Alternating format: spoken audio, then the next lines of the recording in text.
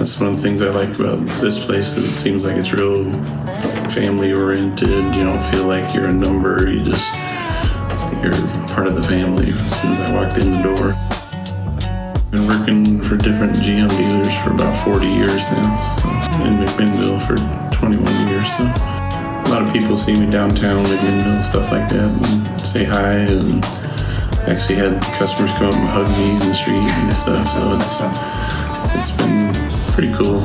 Makes you feel good that you're taking care of the people in that area. So hopefully it's because they know I'm honest and I do good work on their cars and try to take care of them the best as I can.